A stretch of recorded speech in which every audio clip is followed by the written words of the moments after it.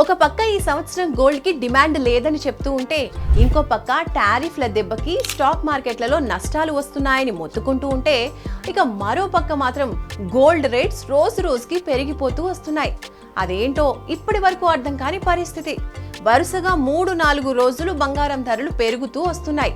1,02,000 చిల్లరకి చేరింది బంగారం ధర.